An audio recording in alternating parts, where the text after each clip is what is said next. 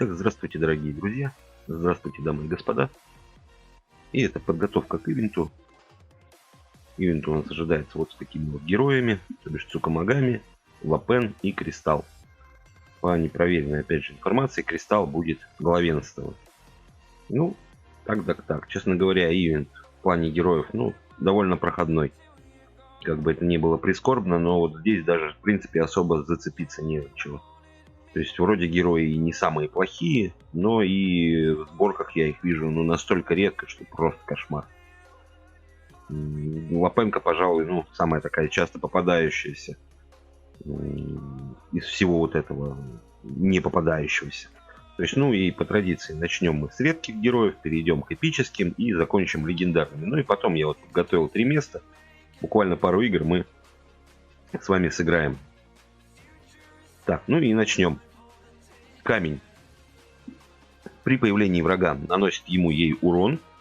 И в начале хода наносит урон вражескому варлорду. На удивление, этот камень очень даже неплох в некоторых моментах в яме. И в некоторых моментах в башне. Пожалуй, все, его применение этим ограничивается. Как вы понимаете, брать его куда-то в лигу, это, верх извращения, даже если учитывать, что будет он, допустим, 31 уровня, то есть 45 урона, 65 варлорду, это, честно говоря, вообще не серьезно. Даже учитывая, что варлорду и этот будет урон увеличиваться, все равно это, совсем уж не серьезно. Можно что-то там рассмотреть на максимальной прокачке, но я думаю, если у вас будет камень максимальной прокачки, то у вас и другие герои найдутся, которыми можно будет вполне его заменить. Он у меня, вот как видите, пробужден, получается, 2 раза, на 11 и на 16 уровне. Готовится он у меня, карточки есть, потихонечку будем гнать его на 21. Но вот эти карты, скорее всего, придется перегнать в Кристалл. Там посмотрим, как событие будет проходить. По поводу его духовных связей. Это Цезарь, это дерево и это красная жрица, эпический ее ипостась. Соответственно, принц и топор, опять же, дерево и Тенгу. И это у нас Дискордия.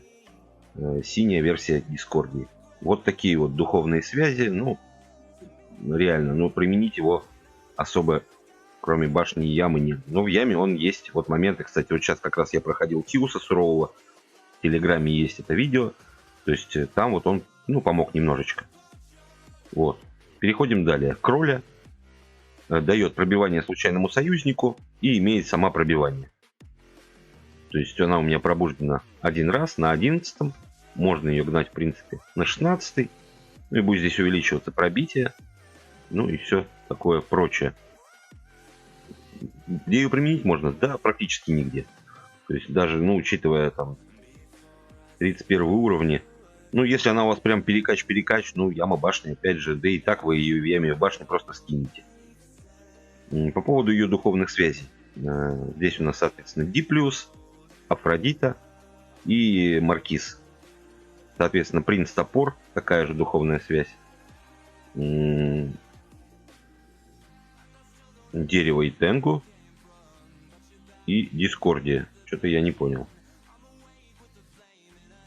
Смотрите, одинаковые связи, абсолютно одинаковые связи. Интересно. Никогда, кстати, не обращал внимания. Кроме 4-й связи, получается. Да? Или 4-я такая же?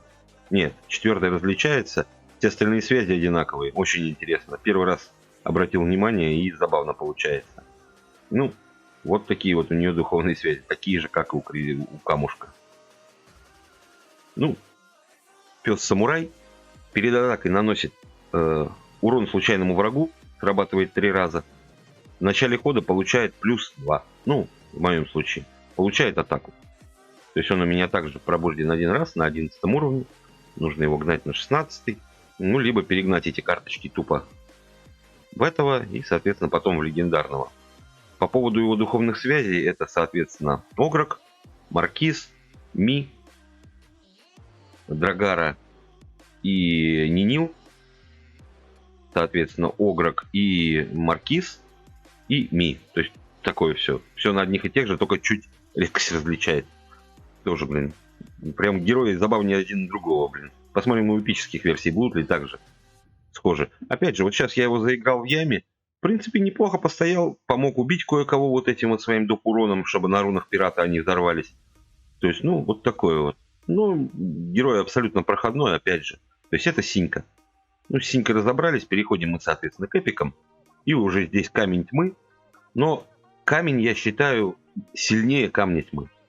То есть вот этот вот камушек синенький, он по своим умениям гораздо лучше, чем тот же самый эпический камень тьмы. То есть сработали шипы союзника, наносит урон случайному врагу, в конце хода дает доп. Атаку случайному союзнику.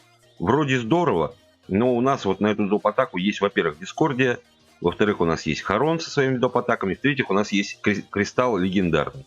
То есть поэтому эпический можно использовать как его замену, но если вам прям хочется. Только в том случае, если у вас легендарного нет.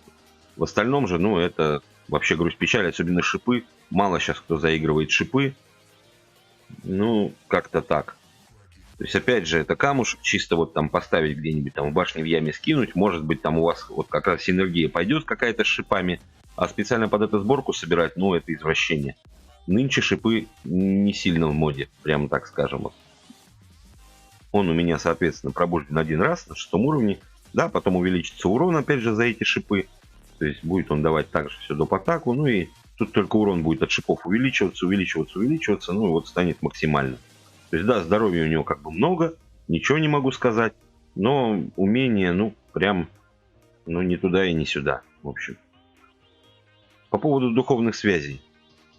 Это, соответственно, у нас Принц, Эрик, Бастет, Аполлон, Бастет, Диплиус, Афродита и Маркиз. Вот как-то так. Ну, переходим мы далее. Далее у нас идет эпическая Лапен, это удачливая зайка. Имеет она пробивание и замораживает двух случайных врагов на один ход. То есть она вышла, заморозила двух. Все, у нее осталось только пробивание. Но опять же, это в удачных случаях это башня. Может она выйти подморозить там, чтобы вы их потом убили или не убили, там, или еще что-то. Какие-то синергии, может быть, проявятся. Ну, либо яма, скинуть героя, как говорится, там тоже в некоторых ситуациях может быть полезно. У меня она, опять же, пробуждена 2 раза здесь, 6 и 11. Ну и по ее духовным связям это у нас, соответственно, дьявол, Афродита, кристалл, эпический кристалл, камень тьмы и палатка эпическая, дом жизни этот, соответственно, Афина и Титания и Эрик. Вот как-то так.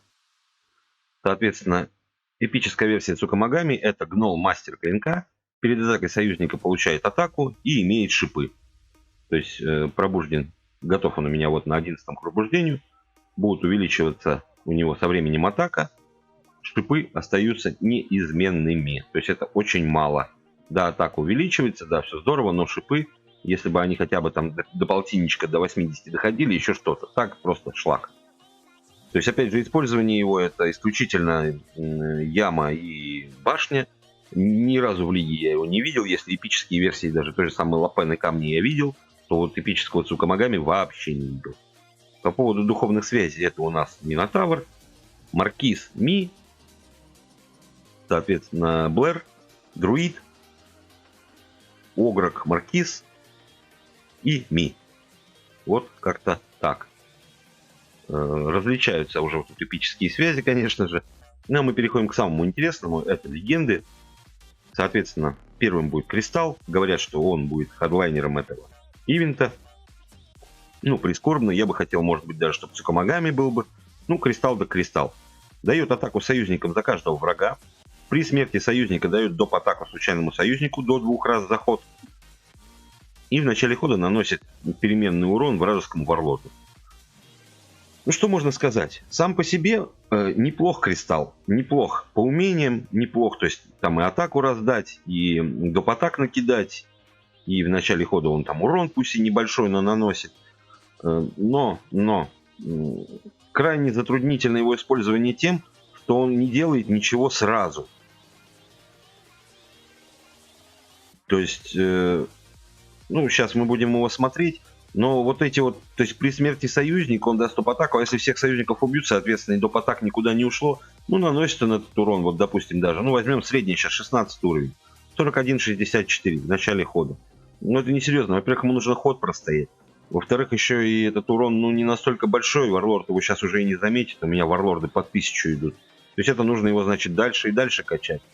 Потому что вот у нас получается, он у меня пробужден на 6 уровне, на 6 и 11. Вот урон увеличивался. Сейчас вот 16 уровень, атака увеличится. Вот потом на 21 увеличится вот, опять же, этот урон разовый. Но и он здесь не является самым важным, этот урон. Он так, побочка. Здесь основное это вот, то, что он раздает доп. Атаки массово. Ну, как бы до 2 заход, но все равно это, ну, нормально. Но, с другой стороны, даже Дискордия выполняет эту же задачу. То есть, поэтому, ну, такое себе сомнительное, честно говоря, удовольствие. Таскать с собой кристалл, да, попадается изредка, но очень редко. И обычно это сборки такие очень своеобразные. Как бы, ну, не знаю, мне не заходит абсолютно. Вам, может быть, зайдет. Ничего не могу сказать. По поводу его духовных связей, это, соответственно, Влад, Ланселот, Эрик, Мертвый Лорд и Мать Сова, Принц и Дьявол и Афродита. Вот такие вот у него духовные связи, тоже не самые простые, прямо скажем, но это кристалл, он есть, и кому надо, может им пользоваться.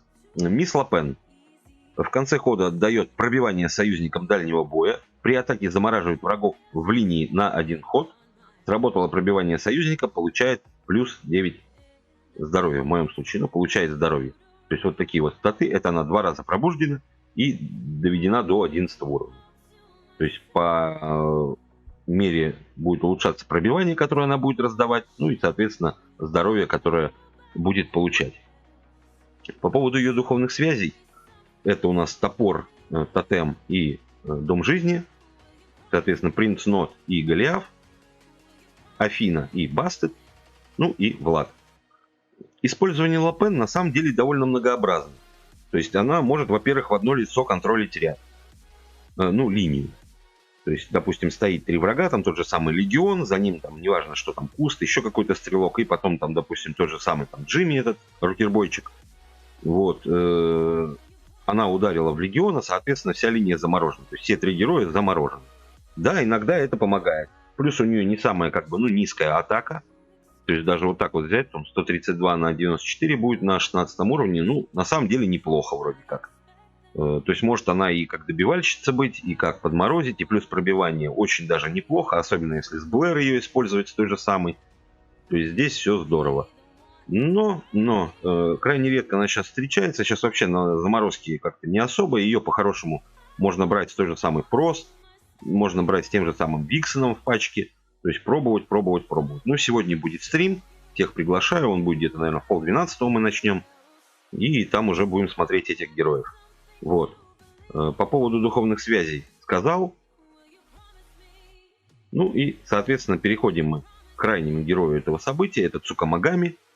С одной стороны, недооцененный, с другой стороны, далеко не всегда он может отыграть свои полностью как бы, ну, свойства. То есть очень здорово, что у него есть уклонение. Это реально ему помогает, потому что иначе это было бы вообще шлак, а не герой.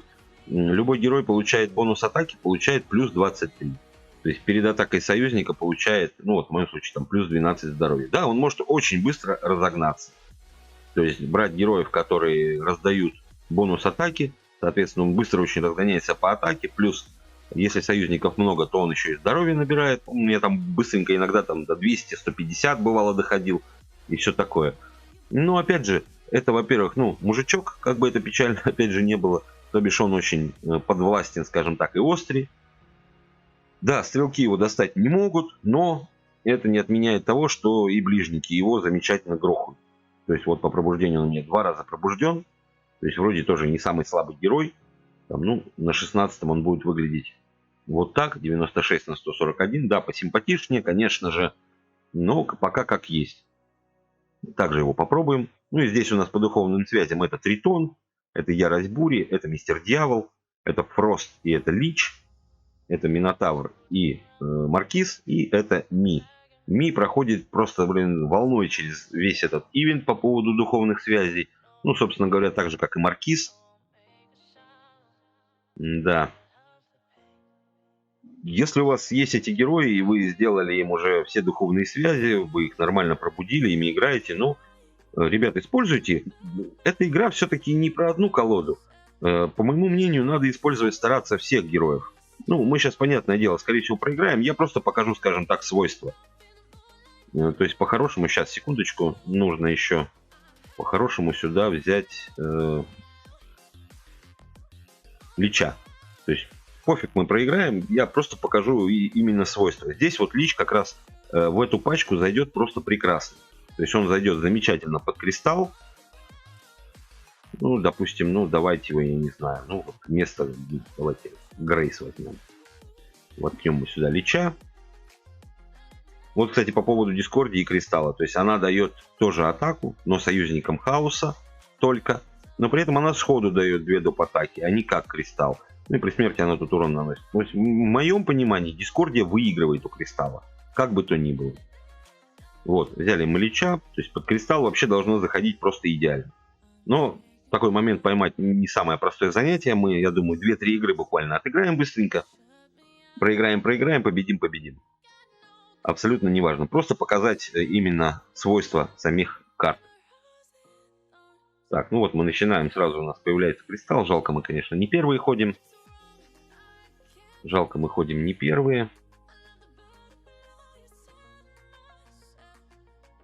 Кстати, вот здесь нет уточнения. При смерти союзника дает дополнительную атаку. Вот у него... Я сам просто этого не помню. Вот интересно, у него здания подразумеваются под союзником?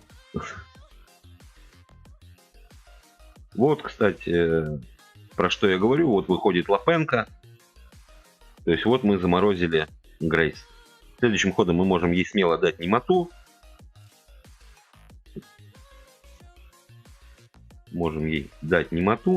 Спокойненько.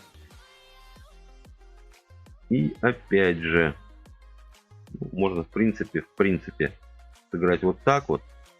Здесь мы убиваем, здесь выносим. Сейчас он, скорее всего, немоту кинет. Ну, не уверен, но возможно. А, он вот так решил. Хорошо. Тогда мы играем вот так вот. Просто, чтобы посмотреть кристалл, желательно, чтобы он сейчас прям немоту бы кинул. Кого-нибудь убил бы, и мы бы это дело посмотрели бы. Здесь слабовато. Слабовато, конечно. Так.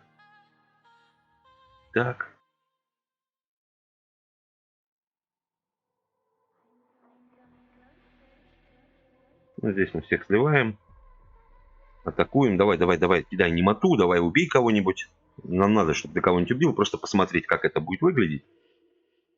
И мы поставим Цукамагами. А, ну вот.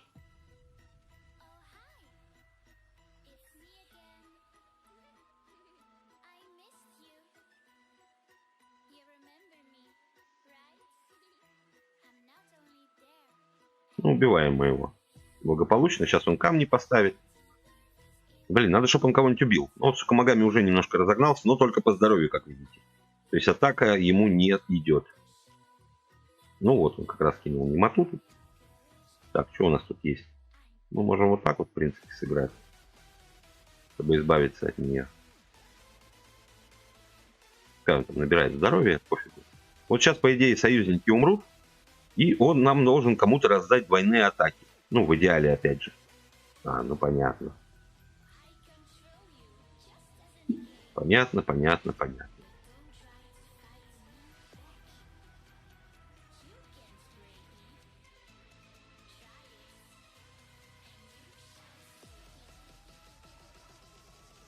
И по-хорошему можно сейчас немоту, конечно, кинуть.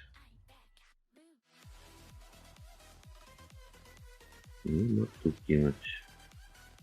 Либо можно вообще вот так вот стирать. Но... Хотя, да, она заморозится, получается. А, нифига она не заморозилась. Так, ну вот у нас, между тем, союзники-то умирают. Вот дополнительная атака, вот дополнительная атака. Единственное, нам не хватает того, кто нам эту атаку раздаст. По-хорошему, это должен быть, конечно же, Стрик. В идеале. Опять же. Но что-то Стрик вот нам засранец не заходит. Из-за этого все наши беды.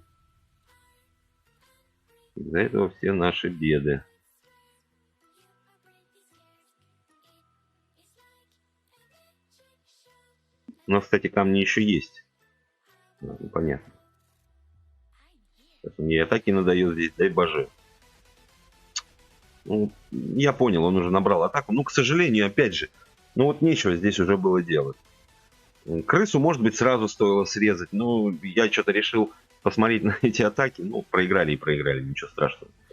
Сейчас посмотрим еще одну игру.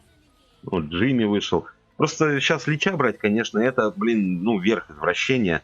В плане того, что для Грейс это такой корм, что дальше просто ехать некуда. А, ну я еще и Пета, кстати, не взял. Вот в чем вся беда. Вот в чем вся беда.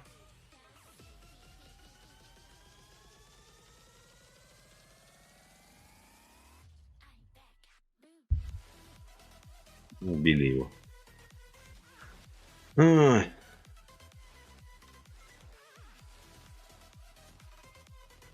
Так, ну здесь придется кидать немоту нам. Придется нам кидать немоту.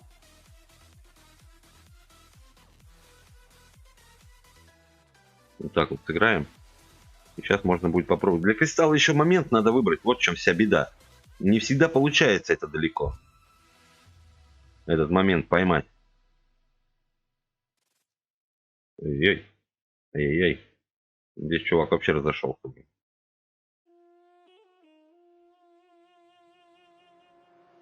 Здесь чувак вообще разошелся. Ну вот давайте. Вот в такой ситуации Лапен это как бы один из идеальных вариантов. То есть ряд проморожен, при этом никто из них не помер, соответственно, Лапенку сейчас прям никто ударить не может. Ну, никто не отменял, конечно, Грейс поставить там и слить в нее или еще что-то. Но пока вот так вот. Вот сейчас бы, конечно, Стрика бы не помешало бы. Вот, кстати, и Стрик. Вот, кстати, и Стрик. Но он, к сожалению, ударит только один раз. Потом он заморозится. Ну, между тем, мы все вычистили. Не самая плохая ситуация у нас. Понятно. Ну, хоть так, благо. Я вот даже не знаю, как здесь лучше поставить. Наверное, вот так вот. Еще двойных атак поддать.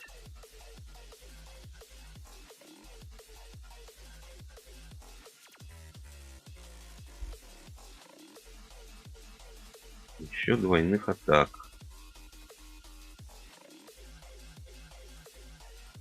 В принципе, можно, да. Два Фреддика на столе. Только убивать особо неким.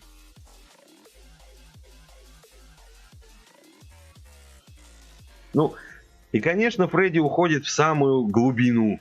В самую глубину Фредди уходит. Ну, опять же, придется так играть. Здесь замораживаем. Короче, поехали на второй круг, грубо говоря. Вот как мне вот эту сейчас мадемуазель убивать? Нужен опять стрик, да, получается? Нужен опять стрик в идеале.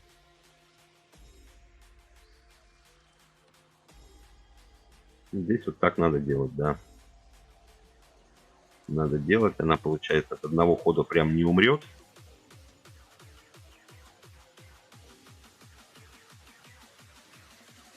Она не умрет. Блин, вот жалко сюда, конечно, он двойную не кинул. Обыдненько.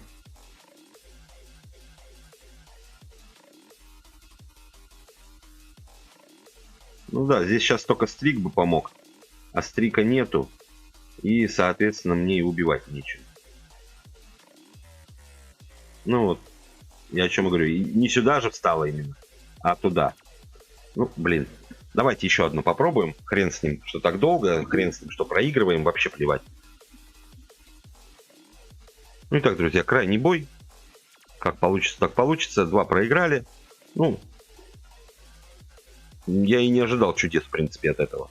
Тут надо целенаправленно уже пытаться колоду собирать. Ну, я сейчас этим точно заниматься не буду. Будем это делать на стриме.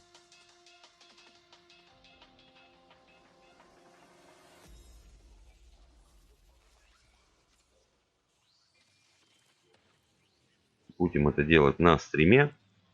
Вот откуда они такие вылезают нарядные, просто капец. Нарядные прям до самого не можу.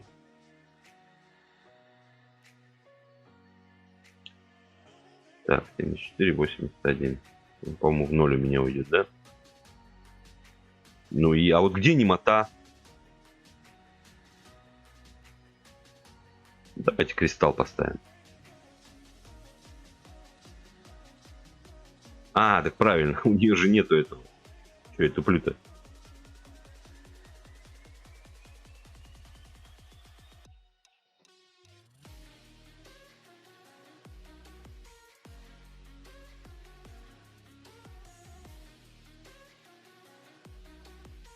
Что же я туплю-то?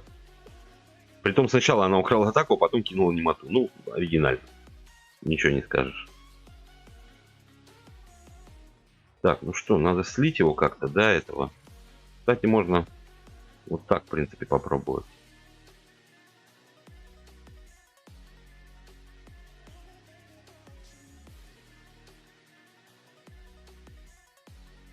Блин, вот этого надо было убивать его. Он же блоков раздает сейчас.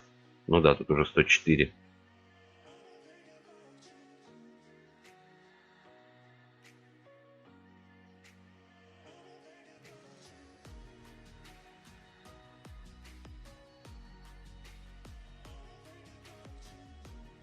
Ну, вот так нормально. Вот так нормально уже можно поиграть. Убиваем мы его, ну и все. Вот Сукамагами набрал атак, вот он проатаковал, вот он атаку получил. Собственно, вот за счет стрика все это было дело сделано. Ну вот, наконец-то победа, и на этом уже можно, в принципе, закончить. Вот, ребятушки, предлагаю вам подписаться на канал. Буду крайне признателен за ваши лайки, дизлайки, комментарии, любую активность, которую вы развиваете у меня на канале. Крайне вам признателен. Не забывайте, что сейчас идут двойные монетки на яму. Последняя яма у меня... Давайте вот пока Колизей пройдем, пока я болтологией занимаюсь. Вот, последняя яма у меня в этом, соответственно. Так, 2, 4, 8, 16. Так, сюда тогда. Последняя яма у меня есть в Телеграме. Последний босс у меня Хил суровый, вот я его прошел сегодня, выложил. Не выкладываю я на YouTube, потому что яма на самом деле не пользуется большой популярностью. Просто, ну, мне проще в Телеграме выложить, и реально ее посмотрит как бы больше народу, блин. У меня такое впечатление иногда складывается. Вот. Сегодня будет стрим. Ну, как я и сказал, где-то в 11:30 мы поиграем. Будем пробовать этих 3 героев. Особенно вот все-таки мне вставляет Сукамагами именно. Так, 229. Ну, сюда придем, да? Так, так. Ну и пошли вниз. Вот. В этом Колизее будьте просто внимательнее. То есть не более того. Немножко внимательности, и вы спокойно будете постоянно здесь побеждать. То есть, ну вот, до этого мне, кстати, упало 110 изумрудов, сейчас упало просто золото. Вот, также буду проводить я охоту во время события, это будет завтра. Соответственно, вот, прошел я Хиуса, упало мне здесь 85 карточек Масуры. То есть вот такие вот пирожки, ребят. Будет у нас следующий Нуар Небесный Коготь. Будем его уже подгонять под события, то есть, чтобы легендарки получить. Потом у нас идет, соответственно, Титания, ну, боевая Бедовая Джейн, Леди Мунлайт Шаамуна, ну и, соответственно, Темпус Фуджет, который самый легкий босс. Гораздо легче, чем та же самая Бага Госпожа Смерти.